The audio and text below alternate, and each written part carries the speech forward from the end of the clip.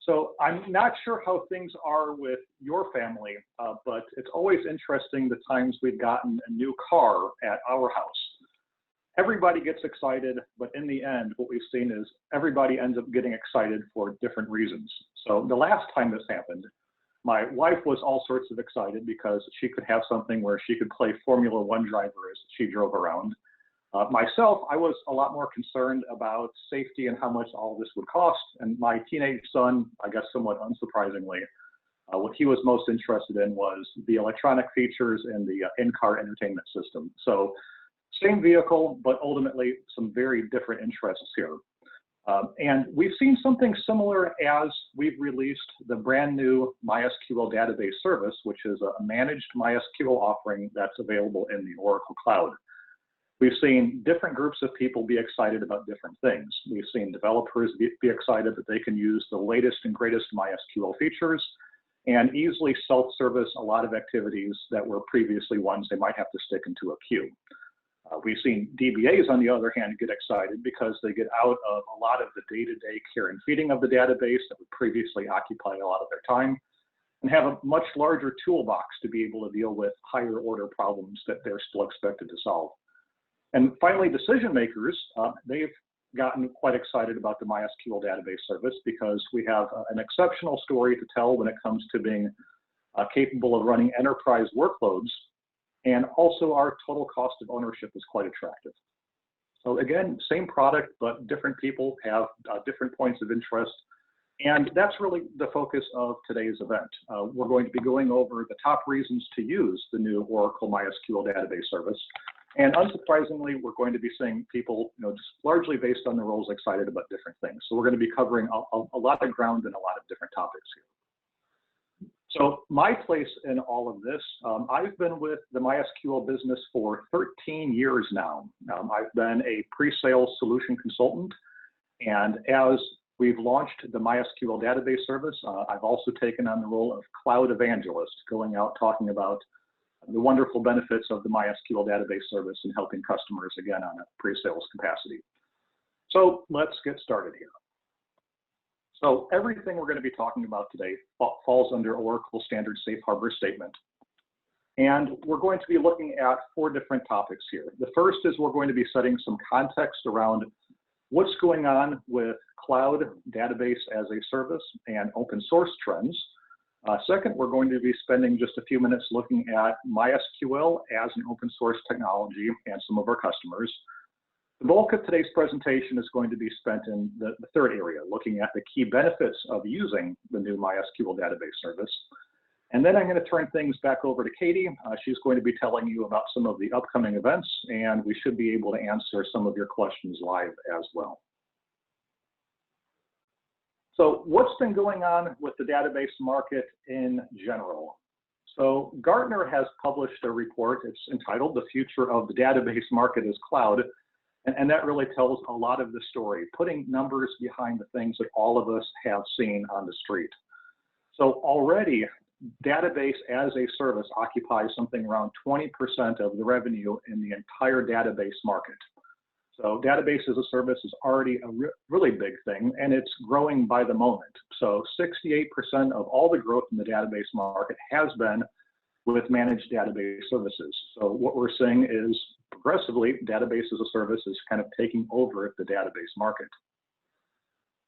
And as organizations end up storing more and more data inside of various data stores, ultimately, regardless of what that information is, it often translates into having financial value.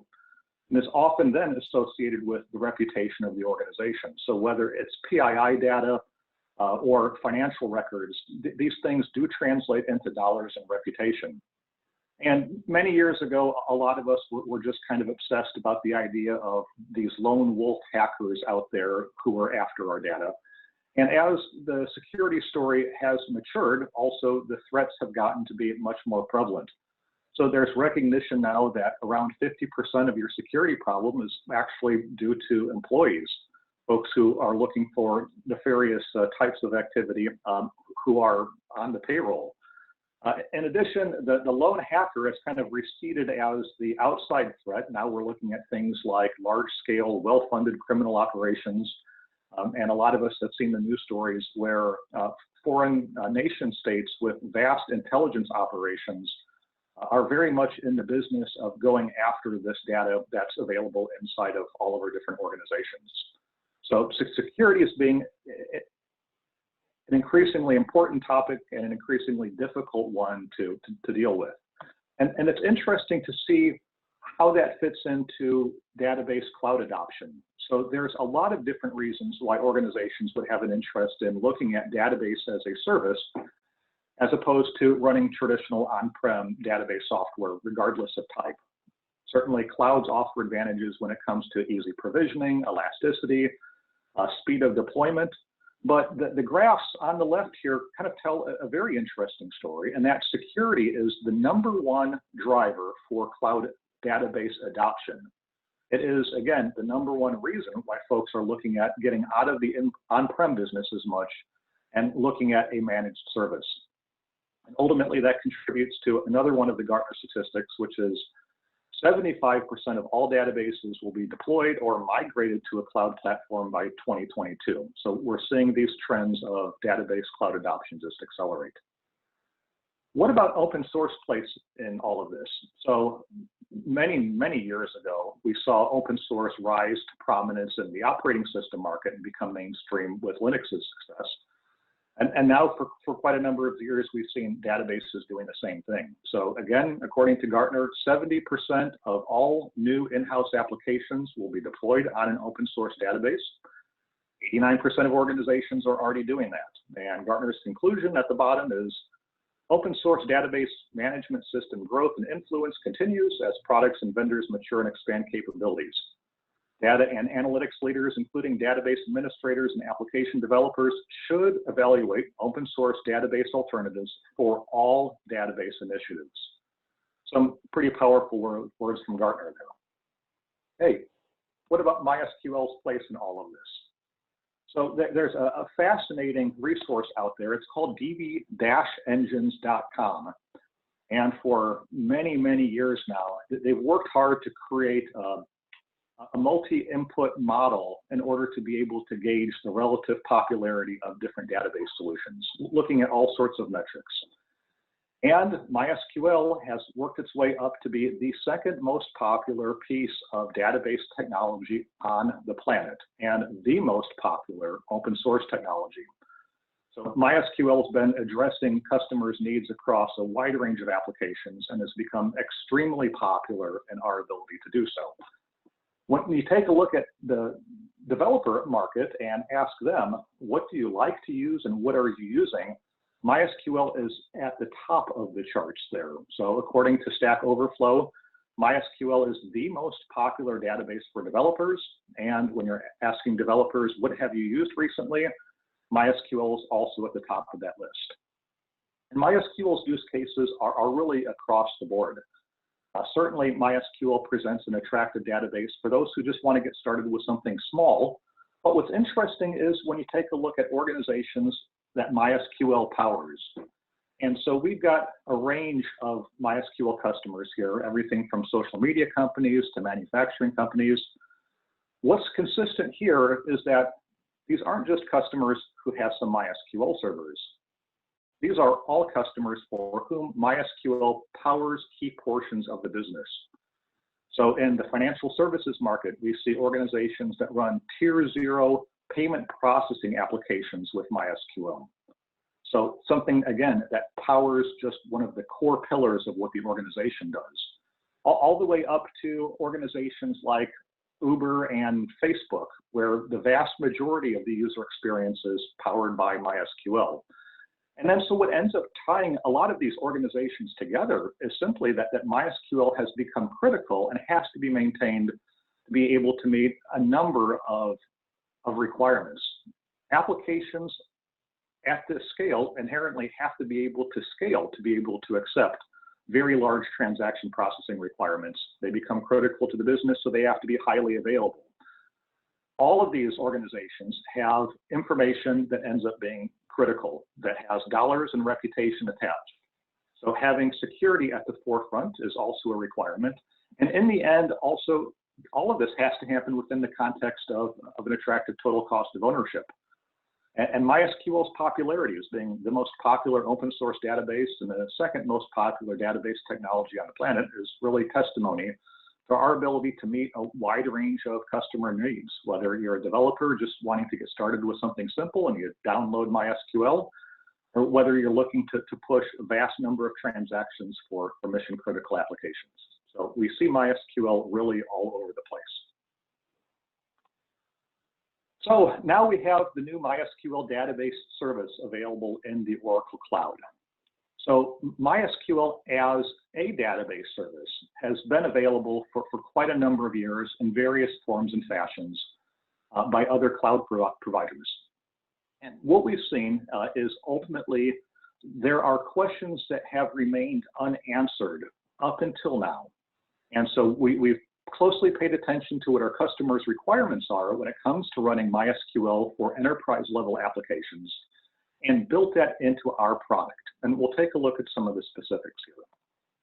So one of the questions customers have long been asking, even when using other MySQL database services, is how do they make sure that they get the latest, greatest features of MySQL, and they also stay up to date with all of the security fixes which are being pushed out.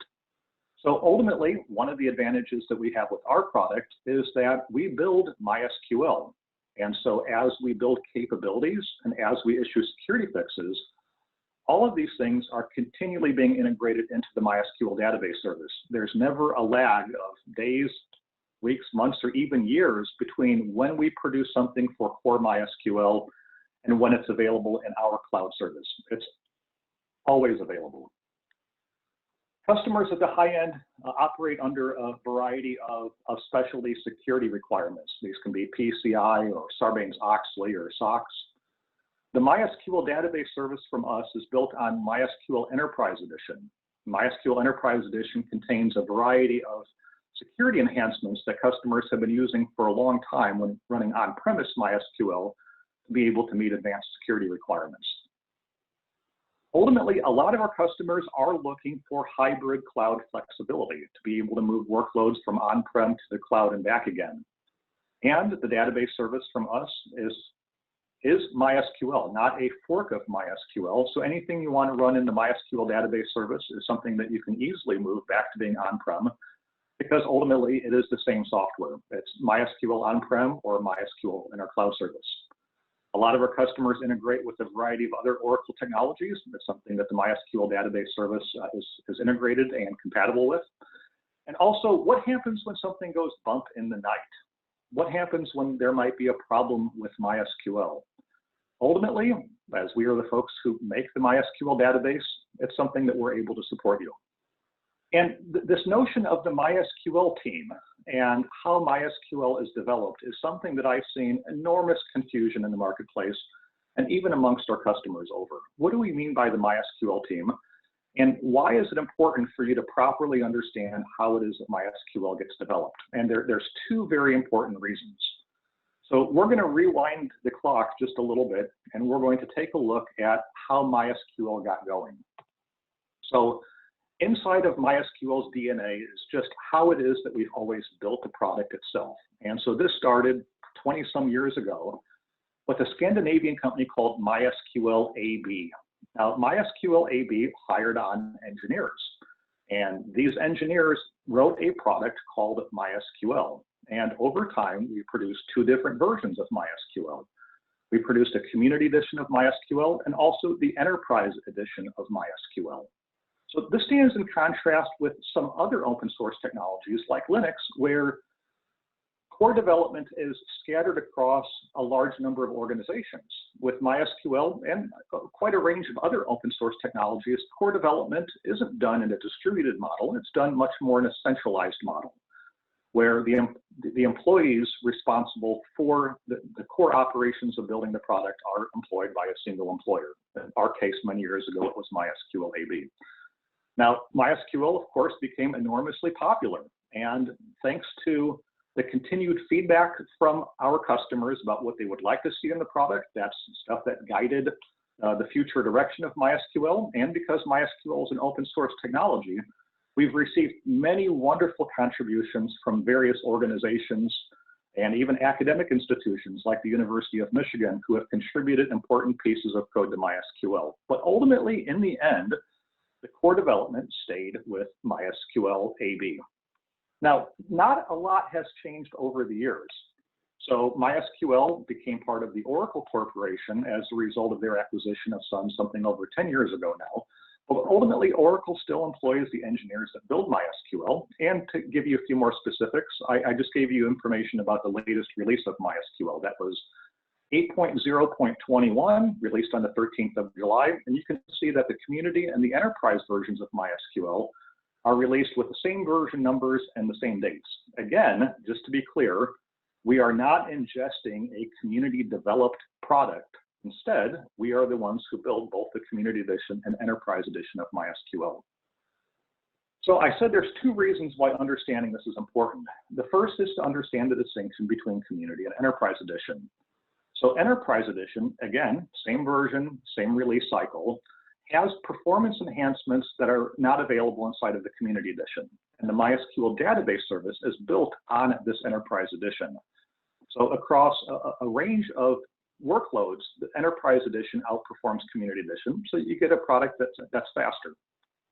Enterprise Edition also has a variety of security enhancements which are not available in the Community Edition. It's also something which is completely compatible version to version, so it's very easy for customers to pick up the Community Edition. And there's really not even a migration path that's required. You can simply swap out the binaries if you're running on-prem. And the migration from Community Edition or Enterprise Edition to the MySQL Database Service is equally easy. And it's something that Katie will be giving you information that we've got an upcoming webinar that will specifically address the technical how-tos of how you can lift and shift an on-premise application, whether running Community Edition or Enterprise Edition, up to the MySQL Database Service. And also, this is completely portable. Again, back to notions of customers who have a desire for a hybrid cloud strategy. The MySQL Database Service is not running some forked version of MySQL. We are running MySQL. So as you want to move something to the MySQL Database Service or back to on-prem, there's complete compatibility giving you an effective hybrid cloud strategy. So that's the first reason to kind of understand why this notion of the MySQL development model is important, and that's to, again, understand the differences between the Community Edition and Enterprise Edition of MySQL. Also, it's what happens when something goes bump in the night? What happens when there's a problem with the database itself? With the MySQL Database Service, our answer is actually quite simple. You can open up a service request, and ultimately that will be escalated to the MySQL engineering team. And we'll get you all the way up to the folks who actually build the MySQL product itself. So just like you're running on-premise MySQL Enterprise Edition, you are always fully supported when you're running the MySQL Database Service. I would encourage you to take a look at how this would work with competing cloud services. I've run into many customers who have had unpleasant experiences because of assumptions that they've made about how engineering works and how bug fixes are or aren't issued in third-party clouds. So ultimately, the story from us is very simple. We build the product and we fully support you with the MySQL Database Service. So there's three primary tenets that we've had when we've built the MySQL Database Service. The first is to make the service very easy, and also to give developers full access to the full range of functionality that we have inside of modern versions of MySQL, never a restricted version of MySQL. Second, we've already talked about security being so important to organizations who are building and deploying in the cloud. That's our second tenet. And third is how we've oriented ourselves to be in an excellent position to support critical workloads with the MySQL Database Service. We're going to take a look at each one of these three things individually here. So the database service being easy to use. The first thing we mean is this is database as a service. So a lot of the daily care and feeding activities which are required in order to maintain an effective MySQL service is not something that you have to worry about with the MySQL Database Service. Just about all of the common activities are either automated or automatic. So whether you're a DBA and you want to get out of the patching game, or whether you're a developer and you just easily want to be able to spin up an environment or maybe refresh a test environment with production, instead of these things being arduous tasks or time-consuming or putting you in a queue, ultimately they're all self-service, couple mouse clicks, and you're up and going. So ease of use is accomplished really through the Database as a Service framework. Also, there's a lot of great features that we've been introducing to developers. One example are the common table expressions and window functions that are found inside of MySQL 8, which has been GA for a couple of years now. What some customers have experienced is when they've gone to third-party cloud services, they can often find services that are based on forked versions of old MySQL, where key features like these aren't even available. We also see something kind of similar with regard to the MySQL document store. So if you're not familiar with the document store, I'd encourage you to chase down a webinar or take a look at some of the great blogs and material out there. It's the biggest thing we've done for developers probably in the history of MySQL. It allows you to treat MySQL more like a MongoDB NoSQL JSON store. And this is core capabilities of the MySQL server itself. So you can develop against MySQL using standard SQL and relational models, or you can develop MySQL using our simple CRUD API and JSON documents. And most interestingly is you can freely mix and match these attributes. So you can have a single application that relies on both sets of technologies and freely intermingle the data. So this is something that's gotten a lot of traction in the marketplace, but interestingly, the document store is not available with other database as a service offerings from third-party cloud providers. But again, everything that we build into the core MySQL server is something that's available inside of our managed service. So developers are quite excited that they have not only easy access to MySQL, but also full access to the range of MySQL's capabilities. So that's our first tenant. And when you take a look at the common operations that often take a lot of time, you have to provision a virtual machine, you have to patch MySQL, you have to deal with failed backup or recovery operations. A lot of these things are things that folks have spent a lot of time with when dealing with on-premise deployments of MySQL. All of these things are automated or made automatic with the MySQL Database Service. So again, making things very easy to use. So our second tenant gets back to the topic of MySQL and how we relate to security requirements. So again, a lot of customers work under whether they are an internal set of requirements about how they need to treat the data, or there's external regulatory requirements. There's often features which are required to be able to protect the data. Again, as the MySQL Database Service is based on MySQL Enterprise Edition, we've got a lot of great enhanced security capabilities. And as the MySQL service continues, we're allowing more and more of those services to be accessible through the MySQL Database Service framework. Also, we've got a heck of a story when it comes to making sure that you are protected from a patch management standpoint. So if you take a look at how patching is done, well, first a vulnerability is discovered, then it goes to engineering. Engineering offers a set of fixes or patches, and often those can sit around in an organization for weeks, months, or even years before they end up being applied. And that ends up being one of the reasons why we've seen a lot of organizations in the news where security vulnerabilities are known, they're even patched, but unpatched servers are the ones that are often exploited by attackers. Ultimately, that's not something you have to worry about with the MySQL Database Service. As we patch the software, it's something that we patch for the managed service as well. So one of the other great ways that we help protect your MySQL data. And the third being enterprise ready. So we talked about the MySQL Enterprise Edition having a variety of enhancements which are quite useful. And also you have full support from the folks who build the MySQL product itself. Again, putting us in a unique position for our supportability story.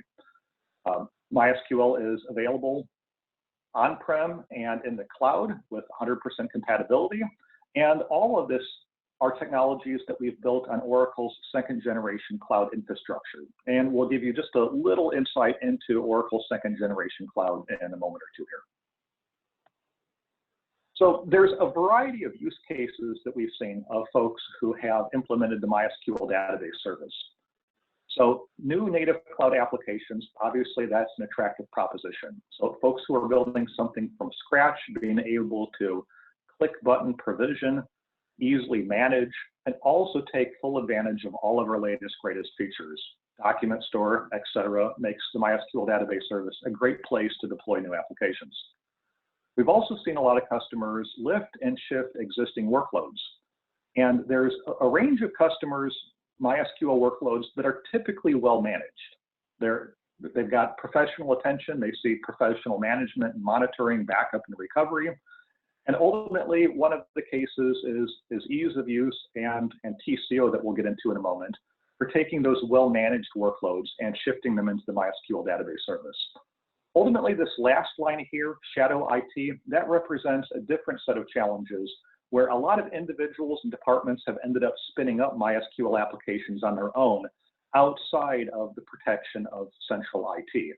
These are also often very attractive candidates to move to the MySQL Database Service because instead of being rogue deployments of MySQL, often underpatched, undermanaged with uncertain backup and recovery that might even be running on somebody's desktop, being able to lift and shift these somewhat rogue deployments up to a centralized system where all of these day-to-day operations are taken care of, it's an attractive proposition.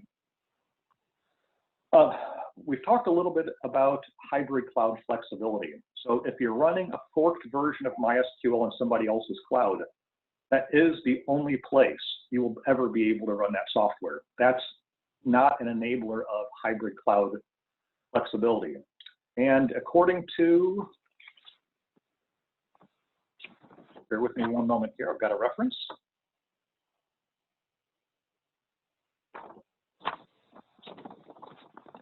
The Flexera Group, in their State of the Cloud report, 87% of organizations do have a hybrid cloud strategy.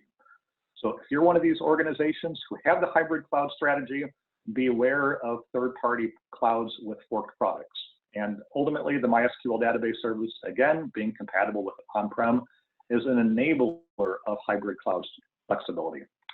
And the ISV market, the last pillar here on the right, the ISV market has seen a tremendous amount of change over the years. So ISVs have typically found MySQL always to be very attractive. It's easy for them to have packaged MySQL up in a low-cost offering to ship a product out the door, whether it's software or a hardware appliance. We've seen a lot of the ISV market switch from shipping product to being a SaaS company. Now, as a SaaS company, they've inherited all of the responsibilities running a gigantic global MySQL operation where performance, availability, and security are now the concerns of these SaaS companies. So getting out of the database management business and concentrating on being an ISV is often very attractive to the SaaS companies, and it is another one of the reasons why we've seen adoption of the MySQL Database Service. So we talked a little bit, or just mentioned, Oracle second generation cloud where all of this runs. So a lot of first generation clouds that have now been out there for even something as long as 18 years, they got some things right. It's very easy to scale up, scale down. You're only paying for what you consume. You can scale up to a large degree. Just about anybody can click a couple buttons and get things enabled. And these were a great start, but ultimately they fell down in a number of critical ways that are very important to organizations that want to be able to run enterprise workloads in a cloud. And so Oracle started with a heck of an advantage, which is a blank sheet of paper when it comes to building public cloud infrastructure, looking at what went right and what went wrong elsewhere, and being able to start with that blank sheet of paper, but also leverage decades of experience, not only supporting critical IT workloads, but also being a gigantic SaaS company providing things like ERP and CRM solutions to enterprise customers. So there's a variety of technologies that make the Oracle second generation cloud to be a second generation cloud. And one of these actually relates to virtualization. So everybody knows that virtualization is an important part of how public clouds are built. And typically, your hypervisor is what's responsible for also not only dealing with the management of the local virtual machines, but also I/O and networking. What Oracle has done, and we've got some fascinating public-facing white papers about this, is we moved the responsibility of networking and I/O out of the hypervisor and into a separate bank of compute instruments. This has a couple of benefits. The first is we've already seen security researchers do proof of concept attacks where they're able to break out of hypervisors into other virtual machines running inside of that same box. So ultimately, the ability to break into potentially other people's environments in a virtualized environment. This off-box networking and I/O provides a greater degree of isolation and is part of Oracle's security-first investments when it comes to Oracle second generation cloud. Also, some third-party benchmarks have shown that I/O is 2 to 5 times faster because we've gotten I/O, again, no longer to be the responsibility of the hypervisor, but instead a part of this off-box set of computing power. So 2 to 5 times the I/O capabilities with Oracle second generation cloud. On the networking side, this also leads to lower latency and higher bandwidth performance. From an economic side, we'll touch on both MySQL and Oracle second generation cloud total cost of ownership. Again, Oracle has a long history of supporting both enterprises with on-prem software as well as delivering high-end SaaS applications. And also this notion of portability extends across all of the core pillars of Oracle second generation cloud. Not only is MySQL something that you can pick up, move back on-premise, and move elsewhere as your business needs change, the other pillars of Oracle, like Oracle Database and Oracle's operating system, are likewise things which are available in our cloud, on-prem, and elsewhere as they are so needed. So what does all this cost? So we have got a heck of a story around having a product with enhanced capabilities, enhanced security, better supportability. What happens on the price side of things? And it's actually something where we've got a heck of a story there too. So it's approximately $35 for an Oracle CPU of the MySQL Database Service per month. That's about 1/3 the cost of running Amazon RDS that doesn't have these enhancements. So basically, you can get 3 MySQL database services for the cost of 1 Amazon RDS environment. The other things that you'll need, which is the storage space for your MySQL data and storage space for your backup data, are both considerably less expensive than running third-party cloud products as well. So ultimately, we've got a great story around our product in terms of what we offer from a technical and support standpoint, and also a heck of a story when it comes to what our pricing looks like as well. And as you start running more database services, that ends up being something that can add up to be a lot of money. So we have an example here of 100 CPUs of database service and a terabyte of storage. Annual bill for MySQL is about $42,000, about 1/3 of that of competing cloud services. If you'd like to see how these things add up, in particular for your own environment, there's the Oracle Cloud Cost Estimator. This is something you can easily stick in DuckDuckGo and get to, where you can plug in the number and the size of your environments, and also the associated storage space, and it will calculate your particular costs for an environment that you might be looking at. So what if you're running MySQL on-premise for free? You take a look at the MySQL database service and go, well, I'm running free software, you can't beat that. Ultimately, free software in the end ends up being anything but free. That free software still requires you to run data center servers, storage, networking, data center space. You very well might be paying costs for operating system, virtualization, management software, and then you've got people required in order to keep all of this stuff running, not to mention power and cooling costs. If you've got a crackerjack team of MySQL DBAs, that's awesome. You're also paying for them. If you don't have a team of awesome MySQL operations folks, eventually you're going to run into some problems. Very commonly, we see customers who end up with backup and recovery scenarios that have gone bad because of failure to test. And as we've talked about before, not patching your software, you're inheriting larger and larger technical debt that can lead to availability issues as well as critical security issues.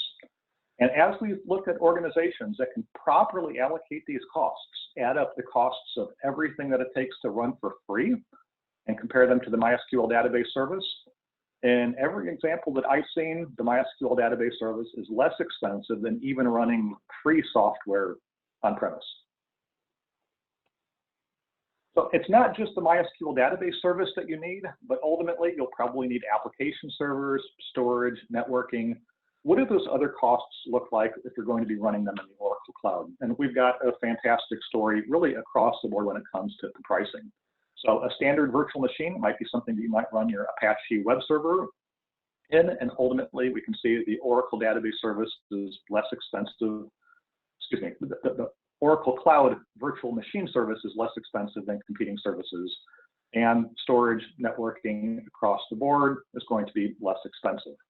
And if you want to see how all these costs add up, we've got something called the Oracle Cloud Workload Estimator, where you can plug in information across your whole environment, and it will give you bottom line costs of what it takes to deploy these applications inside of MySQL with the other associated parts and pieces that you'll need from Oracle Cloud. So ultimately, kind of like we talked about with different people getting excited about different things, we've seen different things resonate with different audiences. So developers have been very excited with the MySQL Database Service because they have full access to all of the functionality that the MySQL database has, including access to the MySQL document store, which we've seen become extremely popular. And also, instead of waiting for a virtual machine to be provisioned or waiting for somebody else to refresh a test environment, it's something that developers can now just easily click on and accomplish themselves. DBAs are thrilled because they get out of things like patch management and babysitting backup jobs that might have failed for some reason. We've also got the enhanced toolbox of MySQL Enterprise. So you've got more tools to be able to deal with those higher order problems that you can concentrate on. And if you're using things like Oracle Audit Vault or Golden Gate, these are things that nicely plug into the MySQL Database Service. And finally, we've got a stellar story for management when it comes to our decreased total cost of ownership. We also allow folks to sleep better at night because there's things we do with the MySQL database which are superior, as well as having a much better supportability story. So lots of reasons that I've seen folks becoming very excited by the MySQL Database Service. That's why we've seen adoption grow so much as we have. And at this point, this will take us to our next steps. So this is where you get access to the $300 in credits, and it's valid for 30 days, and it's for just about everything, if not everything, inside of the Oracle Cloud, which definitely does include the MySQL Database Service. And $300 will get you a fair bit of MySQL for that trial period. So for anybody who wants to spin up the MySQL Database Service, go to this link, and then you'll have those $300 to spin up MySQL and other associated services to try it out. So it's really a piece of cake.